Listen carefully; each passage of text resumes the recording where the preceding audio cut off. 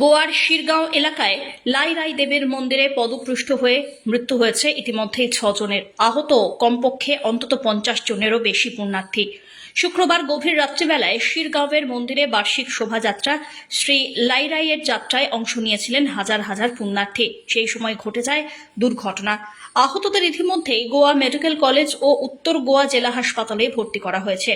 তবে ঠিক কী কারণে এই দুর্ঘটনা তা খতিয়ে দেখা হচ্ছে। স্থানীয় সূত্রে খবর, প্রত্যেক বছর ওই মন্দির চত্বরে অগ্নিদিব্য নামে আচার অনুষ্ঠান পালিত হয়।